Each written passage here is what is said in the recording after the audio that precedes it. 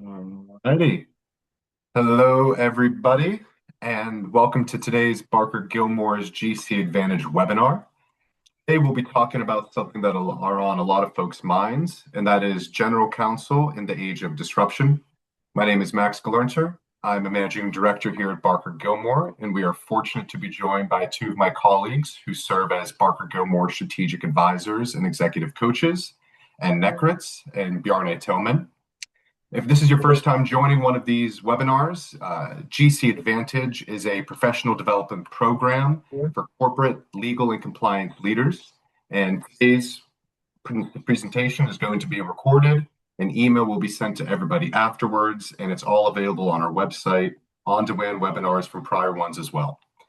And before we hear from Ed and Bjarne, as an executive recruiter, kind of like to start with a brief story that connects AI and recruiting.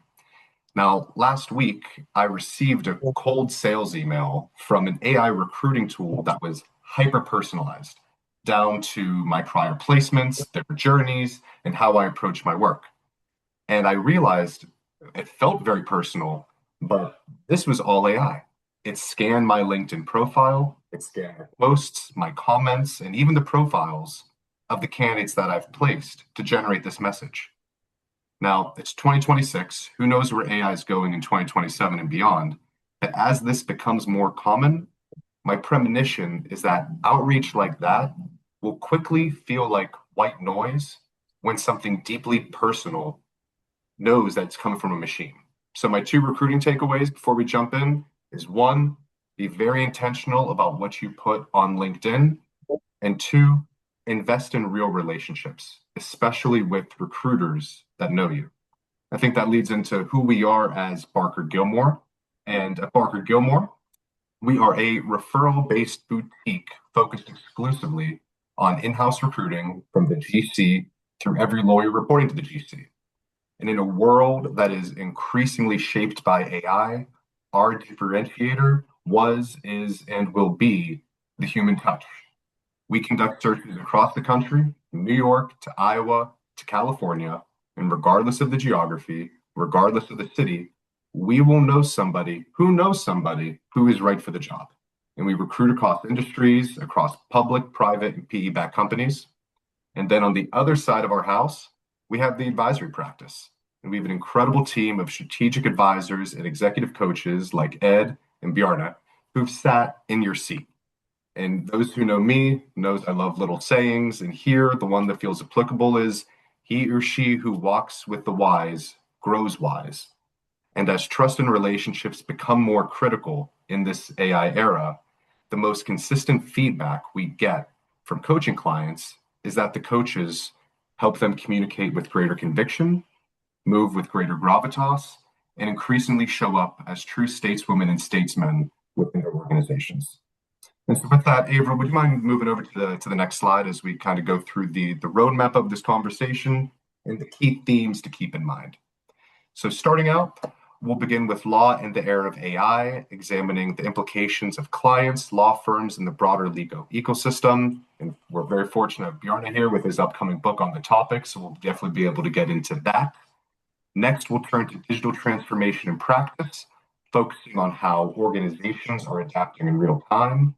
And finally, we'll close with the discussion on what endures, the core principles and capabilities that remain essential despite technological change. And with, we're talking about a tool that's changing humanity, and we have an hour to do it. So if there's time at the end, and we're saving time at the end, there'll be a Q&A session. And if you're looking at the Zoom, if you see the three dots with more, click that. There's a Q&A button, and you can include your questions there. And so the key themes that we'll be broadly covering during this conversation is one, AI will fundamentally disrupt and change legal practice, starting with the corporate client and moving from there across the profession. Two, in 2026, the general counsel role is becoming more complex and more critical. Three, in an era of uncertainty, judgment and courage remain core to effective general counsel leadership. And four, and not surprisingly, building and sustaining trusted relationships across the business and the board is essential. So, with all of that, Let us turn to our first topic of law in the era of AI. And so, before focusing in on AI, what does today's operating environment look like for the general counsel, and how are those forces reshaping the role? So, Max, I guess you wanted me to take that one, or Yeah, I think you're the best equipped for that one. sure, sure, sure.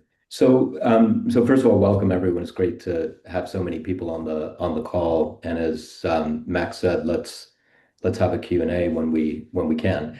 I would say, to start, I think there's a macro context, and then there's sort of the GC specific context. It's probably worth just looking at both of those briefly. I think at the macro level. There are a number of key drivers that are changing the operating environment for corporations and for GCs in particular. The first of those, and there are three that I just want to briefly mention. The first is risk.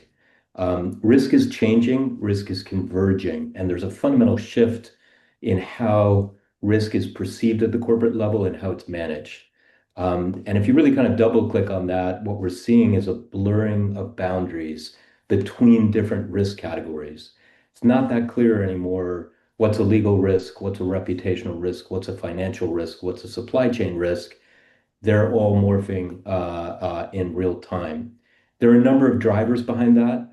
The first is just an explosion in the number of, what one might call black swan events. That is, highly impactful and somewhat unanticipated and improbable events that happen Hmm. that don't have linear causality, that don't have precedence, and that cut across risk boundaries. So we're seeing a large number of those. COVID, Russia's invasion of Ukraine, many, many in the political space. Macroeconomic volatility would be the second. We're seeing a lot of volatility happening, inflation in certain places, deflation in others, tariffs, supply chain disruptions, volatility in the employment environment, wages, et cetera, et cetera. And then the revenge of geopolitics. We're in as Ian Bremmer refers to it, as a G0 world. It's a world in which many of the institutions and the foundations that created stability throughout most of the post-war era have come undone, and we're sort of navigating a period of volatility and uncertainty.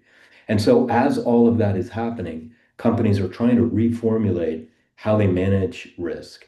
Enterprise risk management, which was really, really popular back in the mid 20s, 2010s, is starting to change. And one of the reasons for that is it's just not that easy anymore to kind of identify specific risk categories, put mitigation plans in place because black swans will just blow that out of the water. And whatever you were planning on and anticipating as your risk isn't the one that's actually going to hit you.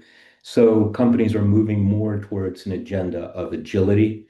So how do you prepare and ensure that your company is agile and is able to flex regardless of what risk hits you? And in some cases, companies are moving towards what you might refer to as anti-fragility, meaning they're actually trying to view risk as a competitive edge. If you can flex and actually come out of a risk environment stronger than when you went into it, that gives you an edge versus your peers. Now, general counsels are playing an increasingly central role in risk, which is one reason why I've just kind of emphasized that.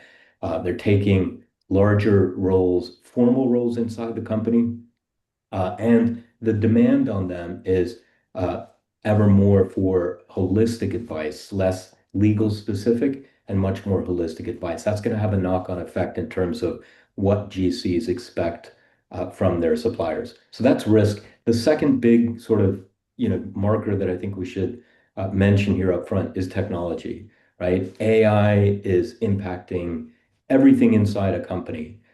It's integrating into almost every system. It's permeating every function, and it's disrupting business models, how companies extract profit, how they operate.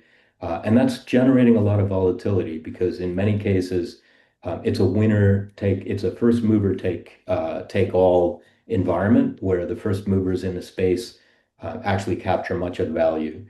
That's translating into a large impact on legal departments as well as other enabling functions, right? So we're seeing a change in terms of workforce composition and skills, in terms of how resources get allocated inside departments, and in terms of how operating models work. And then the third and the last, so you have risk and you have technology. The third one really is kind of the enduring situation that we've seen for a number of years, which might be termed the more for less challenge, right? The fact that there's this growing demand for legal services, and yet, ironically, flat or sometimes even shrinking resources available to deal with that. That is another challenge that general counsels are dealing with. If you distill all of that down to how it's impacting the GC role today, I think you could maybe capture it with a notion that I often refer to as dragonfly lawyering. That is to say, if you think about a dragonfly, it has 30,000 lenses on each eye. It's able to see in a 360-degree environment. So it's one of the world's most efficient predators, capturing 97% of its prey. And it does so because it's able to see and perceive the entire environment around it. That is the kind of a nice metaphor for what is expected of the general counsel today, to be holistic, to be able to see the entire environment and to capture it. It's great. That's great. I love the metaphor of a dragonfly. So we talk risk, technology, and the enduring situation. So let's go a little bit deeper, turning to AI. Where are you seeing the most impact on companies, and how is it reshaping the way that legal departments are operating? So, I think if you kind of step back and you look at the broad picture, what you're seeing is companies are moving along a trajectory from traditional sort of structures that existed pre-AI to what has been termed AI factories. And there are really kind of four stages that corporations are evolving through as they go on that journey. The first stage might be, what you would call the traditional model. This is the pre-AI model, where you have silos, whether those are subsidiaries, whether they're geographic entities, whether they're functional silos. There's fragmented data. So departments and operations have their own data silos. Workflows are relatively manual. There's a limited amount of data sharing across departments.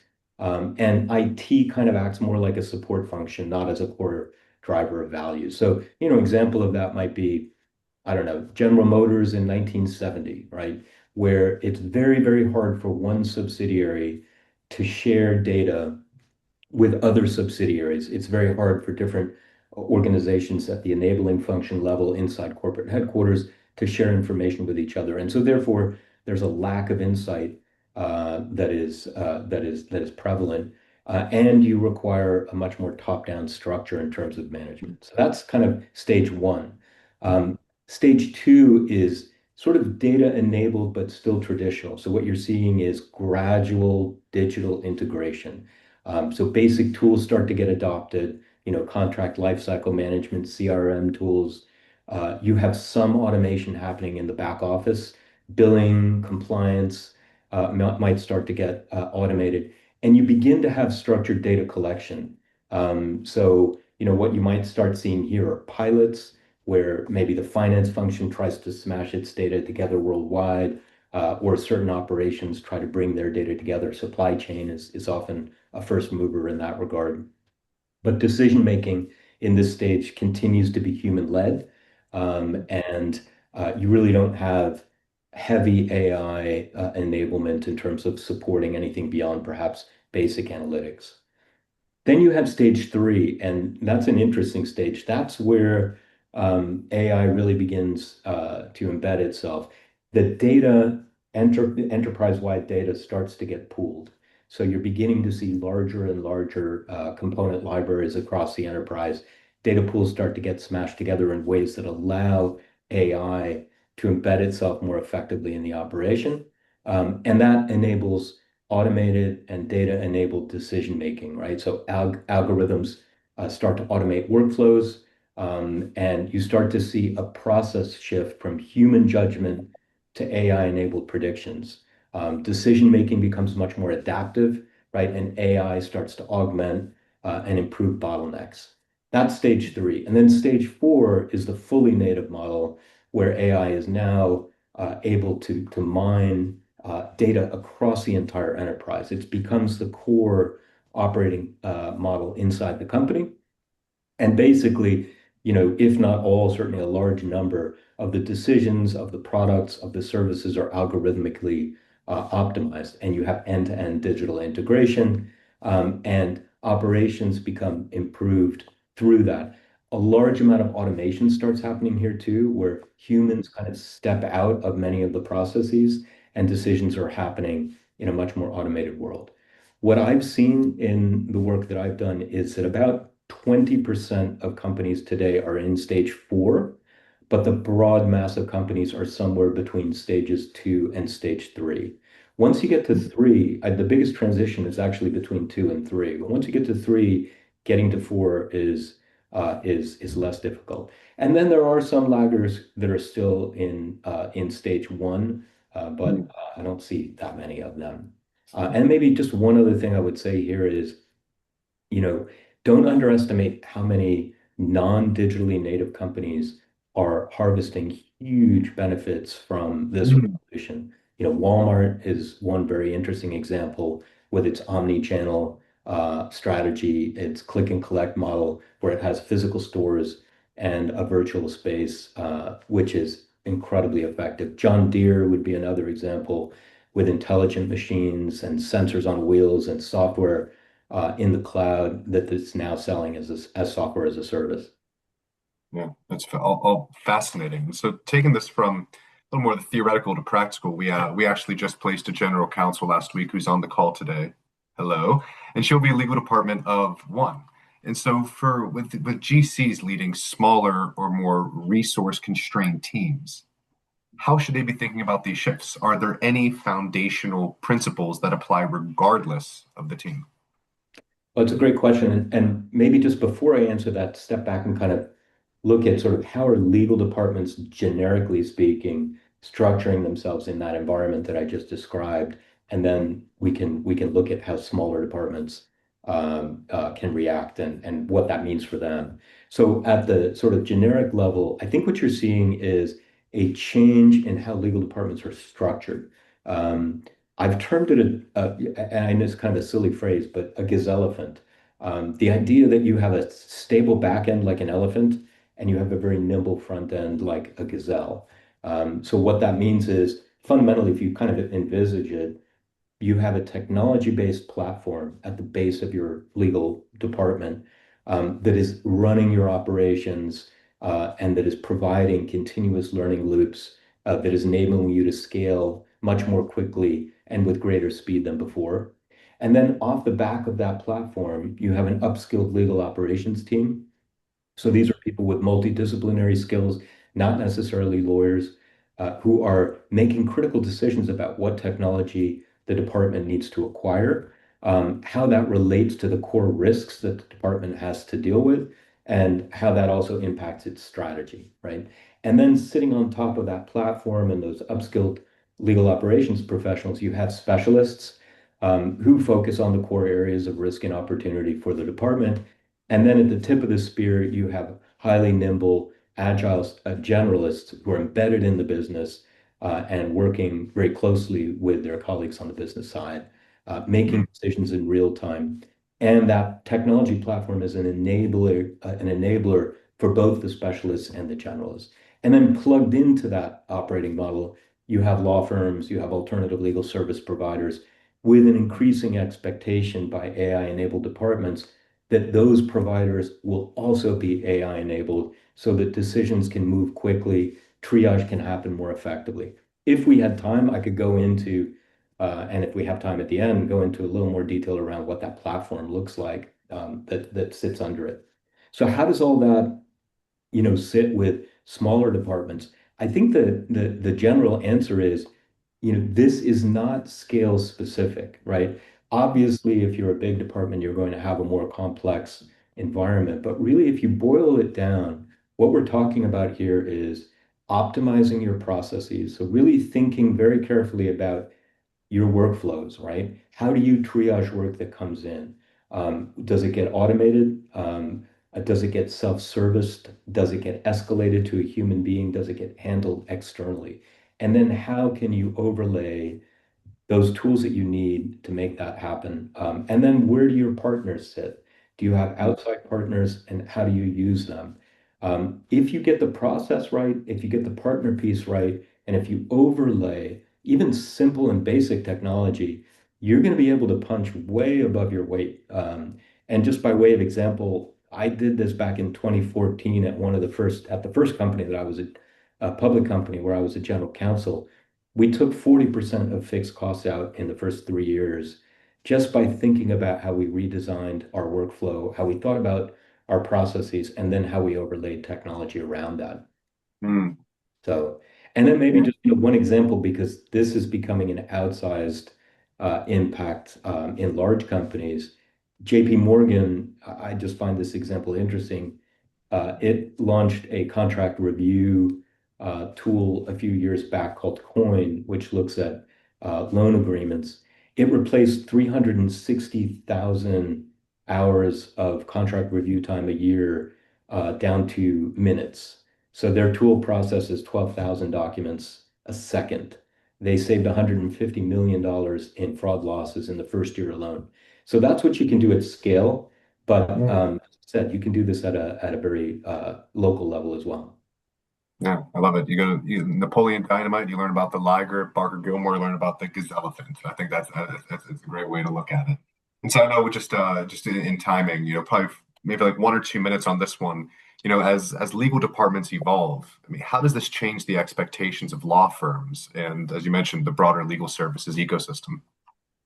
Yeah, I mean, look, I think, as I said, I think if you kind of step back and you look at all those changes in the risk landscape, all of the new demands that are imposed on general counsel, both in terms of how they think about risk and in terms of how they handle their cost footprint, and how they deliver services and how they configure themselves, all of that is going to flow into expectations on law firms, right? So a human-centric pyramid model that is predicated on charging clients based on input costs on an hourly rate for very narrow and siloed and specialized legal advice probably isn't going to be highly competitive, 5 to 10 years out. So I think that what you're going to see is, a demand for firms and other providers to reconfigure themselves and meet the new demands and the new needs that clients have in this AI-enabled environment. Moving on to the next part is a digital transformation practice. And so, as we know, the general counsel wears many hats. And for many GCs, AI and digital transformation can feel like just one more thing to manage. So maybe Ed, we can start with you. In your view, what separates a productive approach to legal transformation versus a misguided one? Well, I think nice to be here as well. I think, Max, it's important that it is one more thing that a GC has to deal with, but it's an imperative to deal with it. And I think for a department, whether you're a big department or a small department, you have to figure out the ways that you can adapt and adopt at the same time. And in terms of adoption, I would say most chief legal officers, and this was a question that we were asked, most chief legal officers will not become experts in AI and digital transformation. That doesn't mean they shouldn't adopt and adapt in every way possible and use the benefit of, frankly, their teams, even in a small team, that have more of an expertise, because a general counsel is the master of nothing but knows a little bit about everything. And it's really important in that phase to take advantage of the people that you have on your team that are experts. And in terms of getting adoption, if you don't bring them along and have them have a say and are empowered to advance the department and ultimately advance the organization, then it will be, in my view, a failed exercise, because the the logical first step for a lot of lawyers is going to be AI is going to take my job. So I am going to resist change. And many lawyers and many in-house departments and to a certain extent law firms are considered too risk averse. And Bjarne talked a lot about risk, but I think his focus on risk is also having a growth mindset. And all of this AI within a legal department is also to help the company grow and grow better and faster and more efficiently. So I think the more that you can bring people along and tell them they have a role to play in developing the next iteration of a very successful legal department, whether it's 2 people, 20 people, or 200 people, is really, really critical. Any thoughts on that? No, I completely agree with all of that.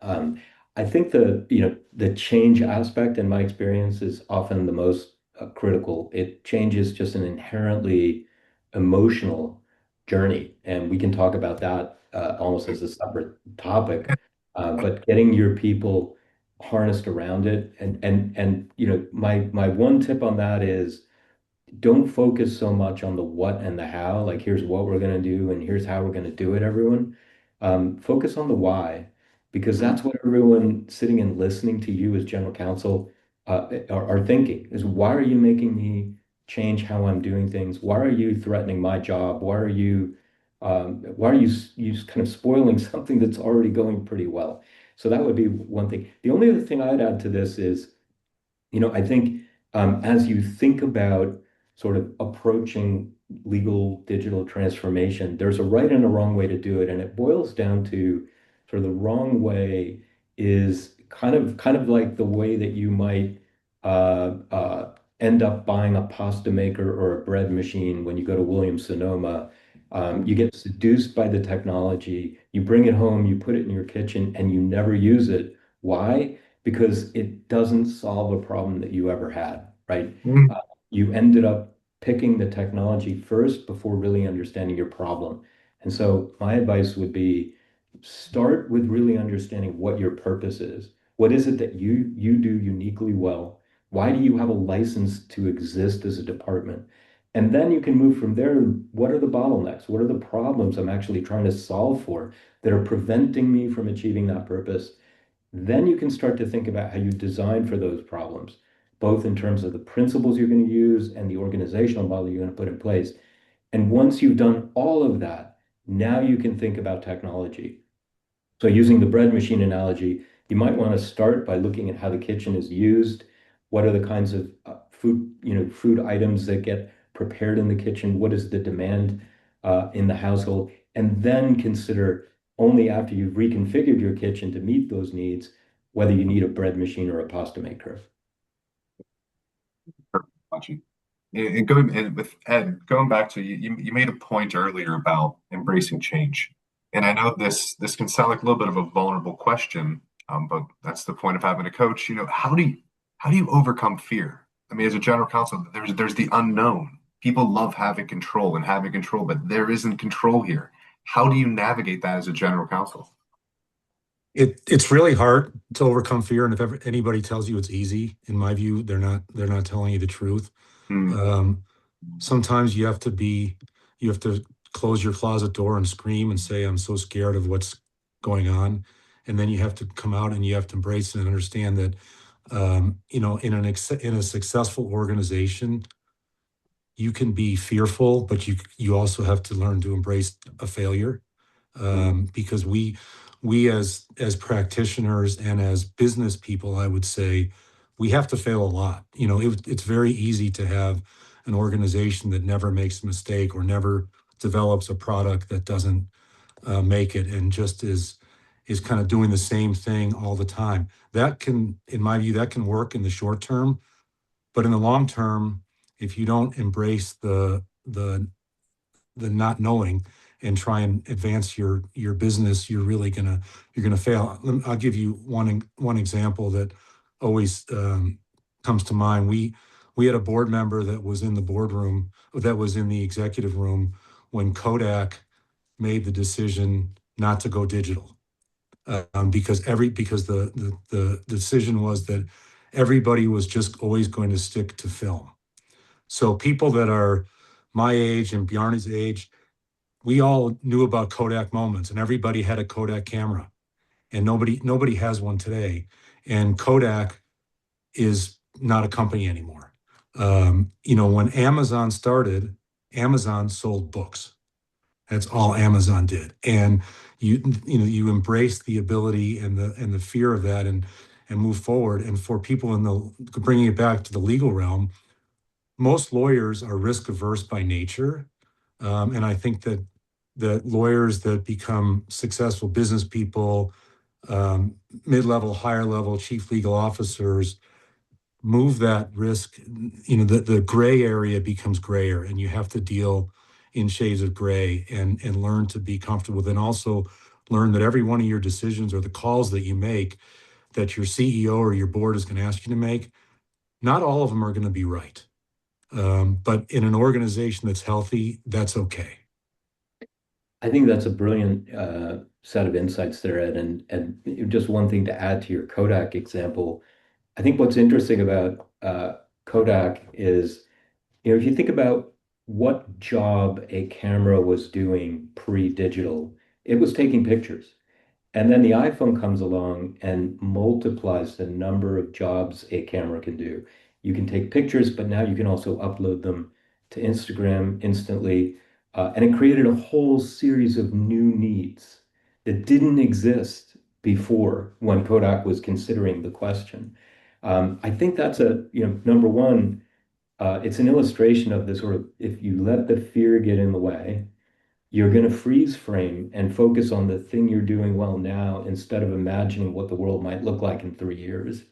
And number two, I think it's a good illustration of how legal practice is changing. There are new demands and new needs that are emerging as a result of the opportunities technology presents.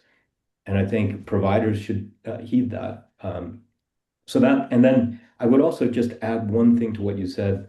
I think helping to remind your team that change is not just a threat, but it's also the biggest opportunity of your career. I have seen so many people burn out as a result of change. And then I've seen a few people who've leaned in, raised their hand, come to my office and said, how can I help? I want to be part of this change. And those people ended up rising to the top in newly created roles that didn't exist before the change started. Oh, no, incredibly insightful. And maybe just to bring in practical, in leadership with the general counsel, leading a team through this transformation. I mean, what does one successfully have to do to get buy-in from the direct reports, from the paralegals across the business? I mean, what does that transformation look like? Part of that is having your team members involved in the conversation, Mm. and it's not a top-down approach where you say we are going to be a great AI department. It's Sally, you run this component of our legal department in our business.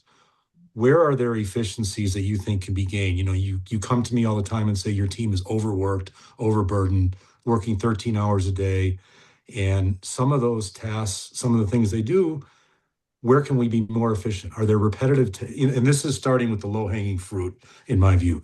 Are there repetitive tasks that, you think your team spends too much time on? That from a leadership perspective, to have the team as part of the discussion, because certainly I will tell you in my case, I wasn't going to have all the ideas, especially as it related to AI and technology and the like. Yeah, I would second everything you've said, Ed. I think the other thing that I found helpful, you know, I think you need to give space to people to articulate what their fears are and what their hesitations are. You need to have frank conversations with people, and that can be so hard because we're running something, we're trying to initiate it. We have pressure from above. Our CEOs are expecting certain things, the board is expecting certain things, and it's tempting to just say, just get with the program. I think it's really, really important to step back and say, what's on your mind? Maybe take it into small groups. I used to have these things called unplugs, where you just go offline to a Starbucks or whatever and just say, Just tell me what's going on. What's happening with you? What are your concerns? So that you can try to persuade.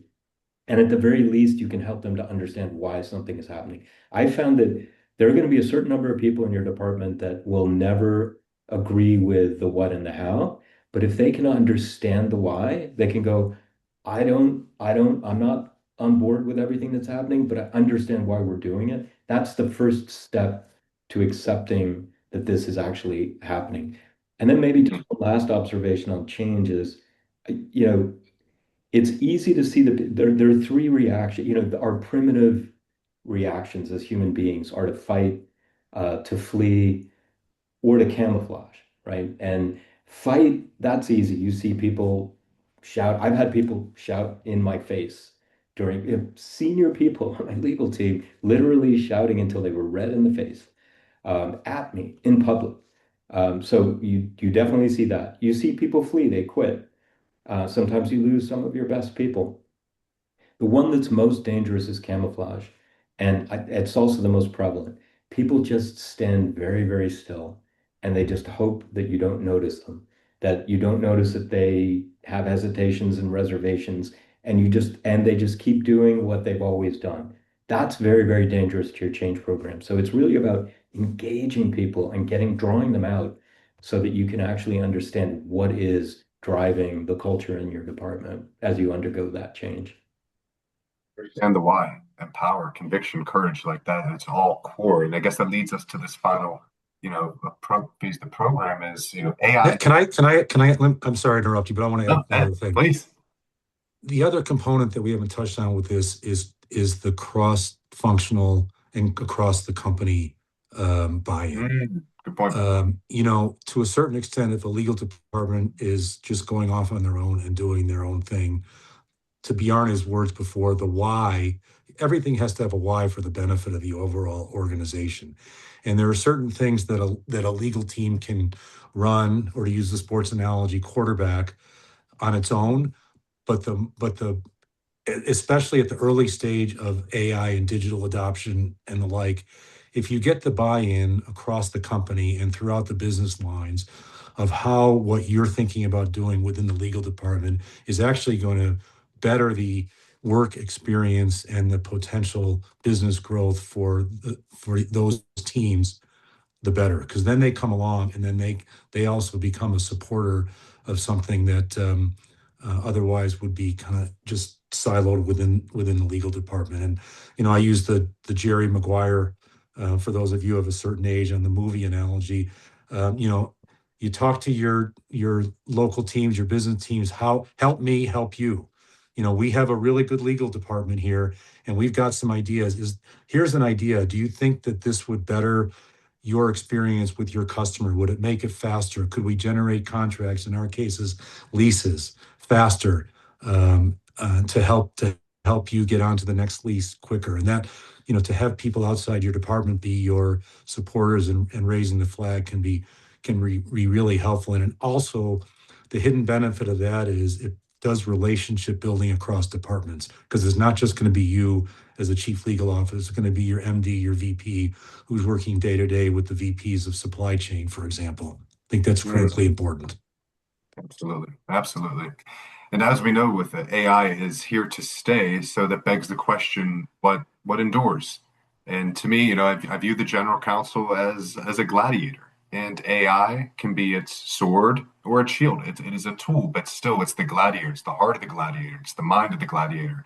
So as AI takes on more of the routine legal work, where do you see the GC's role becoming more important or less? You want me? Either one of us can start. I don't know either. I'm gonna just gonna use a few words, and some of them were at the beginning of your introduction. In judgment and nuance and courage are really critical components of a successful GC that will endure. When you're sitting in the boardroom or you're sitting with the CEO or the other members of your executive committee, you may have gotten a lot of the data from AI in a much quicker way, but the interpretation and the nuance and the judgment that has to be done in difficult situations, I think that endures. And I think what expands is the chief legal officer in the department as a growth enabler in the organization rather than just a risk mitigator. I completely agree with all of those. I think the judgment point not only endures, it actually becomes, I think, even more critical in the world that we're operating in a very fast-moving and sort of a world in which the gray becomes increasingly grayer. Understanding how to exercise sound judgment in a world of ambiguity is critical. I would add, cultural leadership, strategic alignment, the ability to, as Ed was describing earlier, engage with other functions, engage with other constituents across the enterprise, to become an orchestrator of technology, of people, of solutions, to help frame issues, and maybe also to kind of bring in, maybe what you could call future literacy. So really connecting what may come with practical applications inside the company. All of that will endure, but it really kind of boils down to good judgment and leadership, and those are just enduring values. Absolutely. And you mentioned the gray, and the gray seems to be a consistent theme throughout this. As AI advances faster than the law, how does that change the way that GCs advise CEOs and boards where there isn't clear legal guidance to rely on? Bjarne, lead that one to Yeah, you I first. mean, look, I would say, I would say actually in some ways, I think AI sharpens Hmm. those enduring qualities rather than blurs them. I think what AI is going to do and what technology is already doing is it's freeing up time and attention that used to be spent with the burden of routine work. And it's freeing that time up for greater focus on judgment, for greater focus on strategy, for greater focus on context. I think the other thing it does is it helps to expand your field of vision as a general counsel so that you, for example, can leverage technology to scan regulatory developments or enforcement trends or litigation patterns or geopolitical signals across jurisdictions, and you can become even more preventative, right? In how you generate advice to the business. You can anticipate more effectively. You can flag emerging risks more powerfully. You can anticipate second order effects more effectively than perhaps 10 years ago was possible. You can model regulatory trajectories across regions and help the business understand what the potential implications of actions will be, right? It helps you to frame your choices more effectively. It helps you to do that rather than find answers.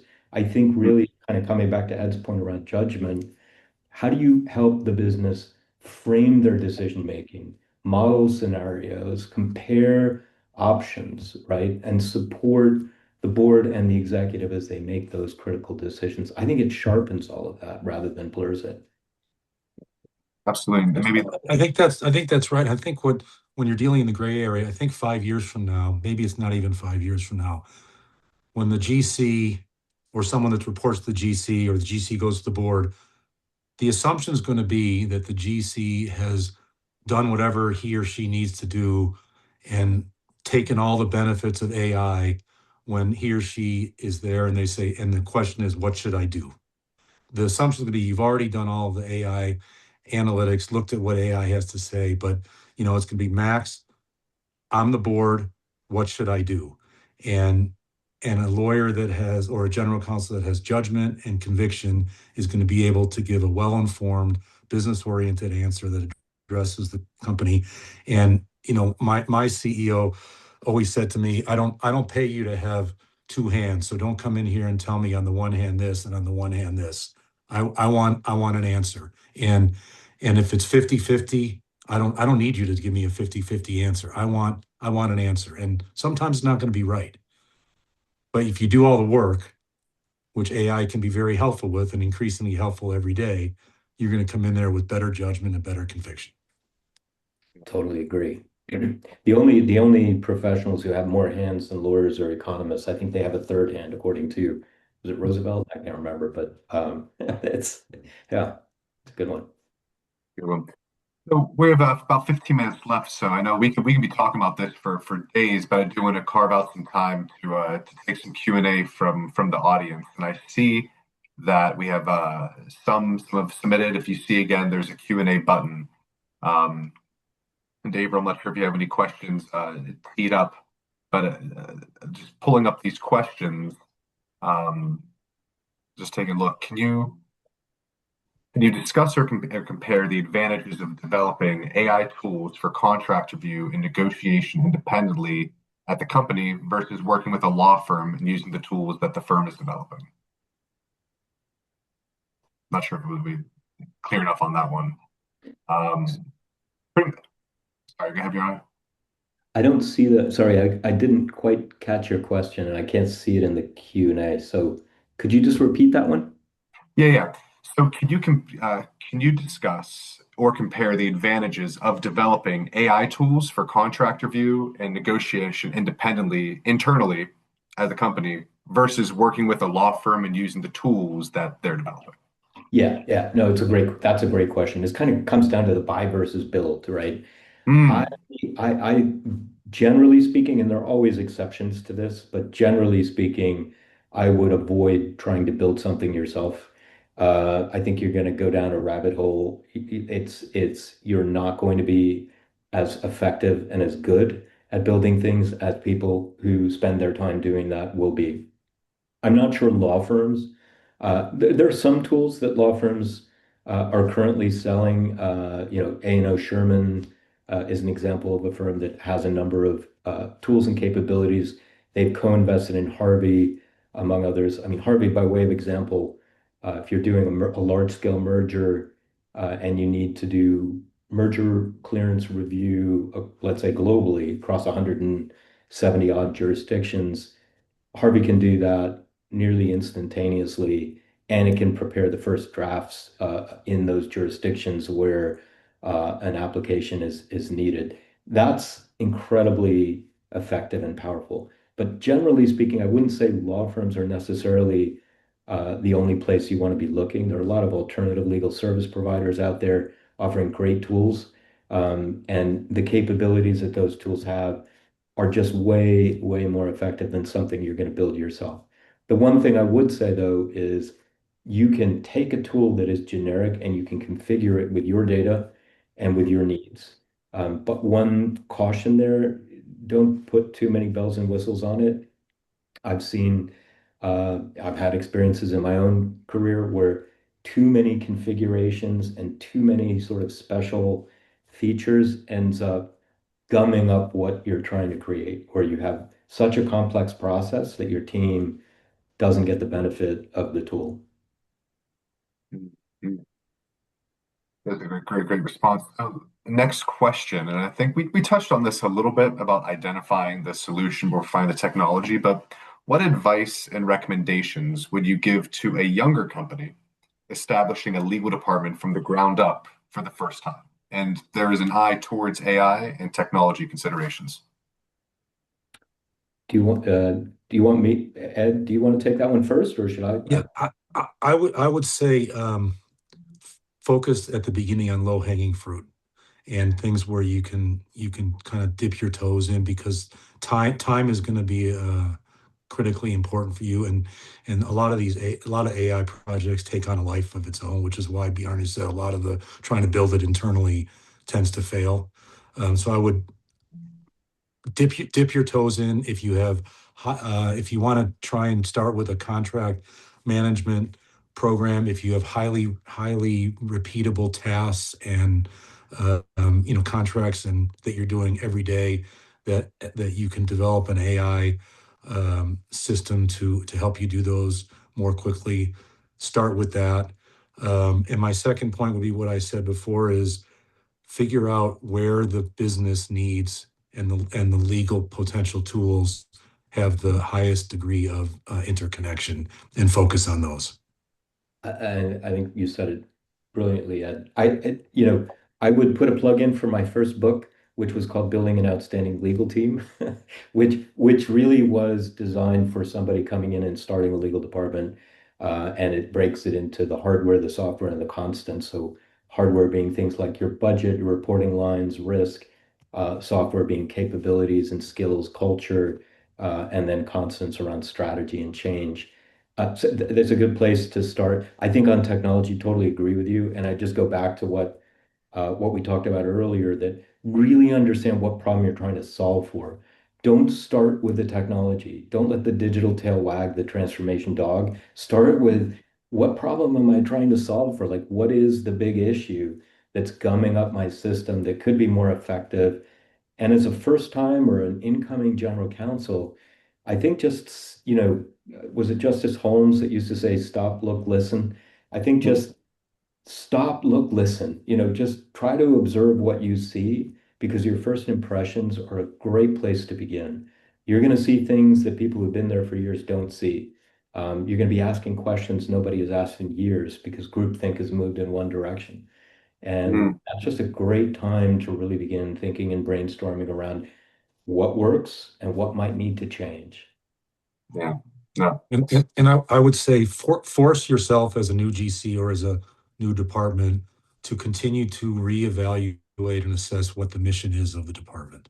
What Yeah. what is our goal within the context of the greater company?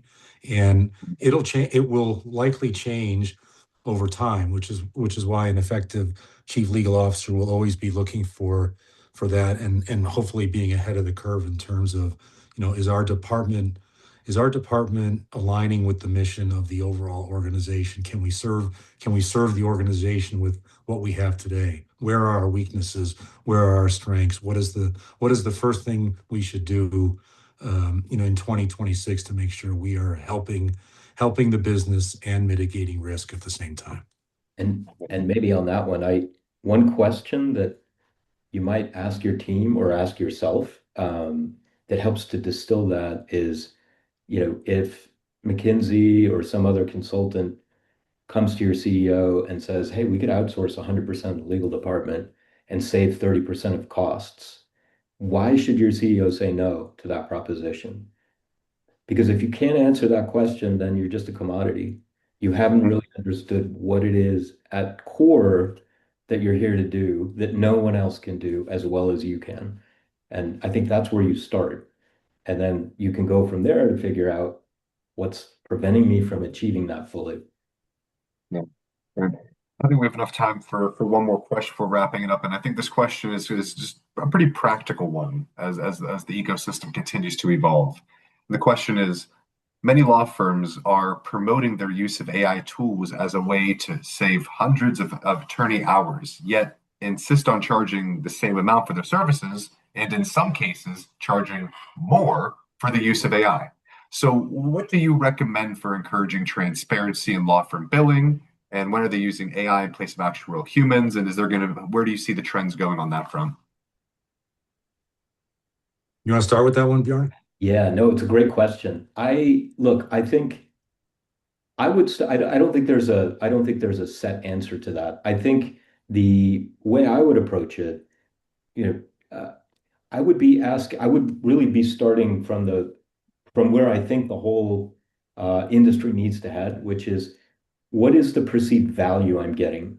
And what am I prepared to pay for that value? What do I think is a fair price for the value of the output?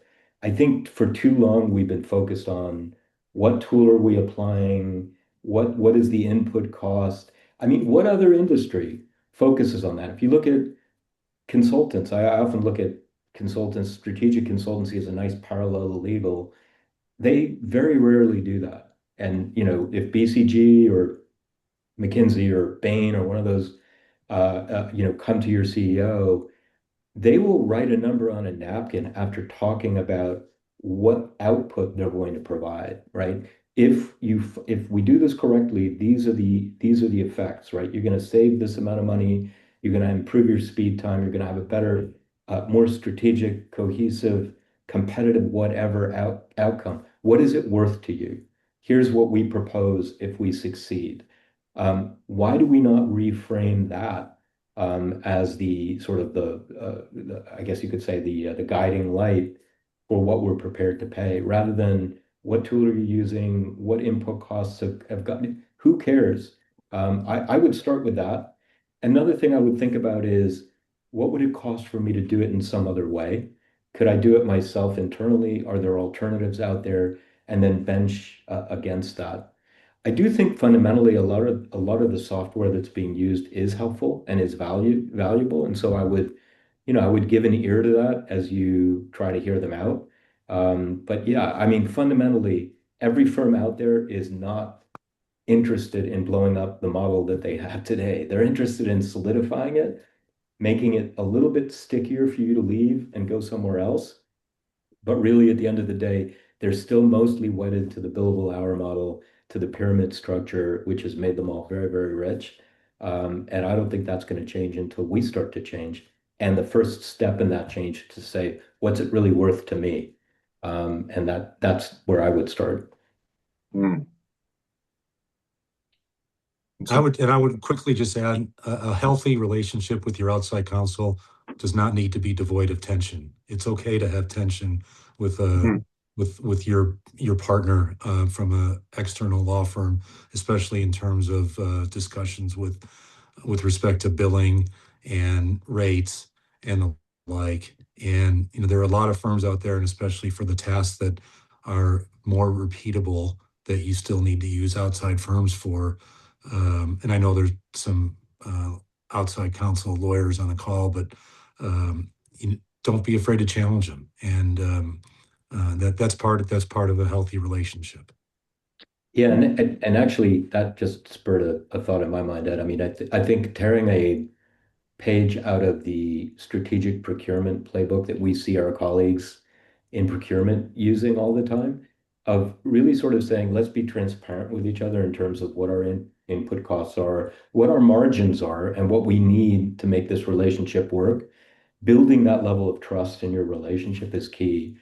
I mean, the other thing I would say is very often some of the low-hanging fruit that I've seen in my career has not been in negotiating a lower hourly fee, or securing some kind of a discount with law firm A.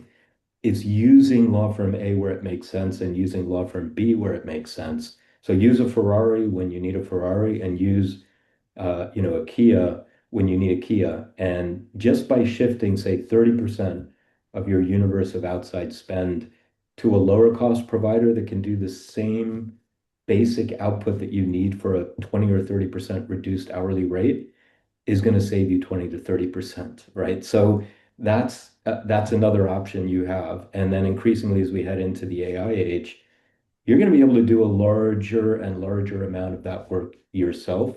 You're going to be able to procure, companies like Pursuit, which currently help you to orchestrate digital procurement. So you can procure legal services in real time from your panel of providers. Uh, we'll build a large amount of transparency into who can pitch for this particular deal more effectively. So kind of like who has the capacity right now to give you a discount on that deal. And I was speaking with a general counsel recently of a large financial institution on this side of the Atlantic, who they do that all the time they have electronic auctions. And what he said was, very often you'll find there are four or five comparable firms. One of them is going to have capacity, kind of like an airline has vacant seats and starts to discount it the closer they get to the date of the flight, because on that date, those seats are worth zero in terms of Mm. profit, right? So they're going to discount that particular debt takedown by 20 or 30% because they'd rather just have the work than to not have the work at all. And just by doing that, you're skimming the waves and you're cutting your costs. So there are a large number of things we can do that our procurement colleagues do every day that we have not learned how to do, and we still think about it in those relationship terms, rather than, as Ed said, having a difficult conversation from time to time with numbers attached. And that conversation can be rational, right? But it can also be not the most pleasant conversation, but it's a rational one. On that note, Bjarne and Ed, thank you so much for your time. This wraps up this webinar.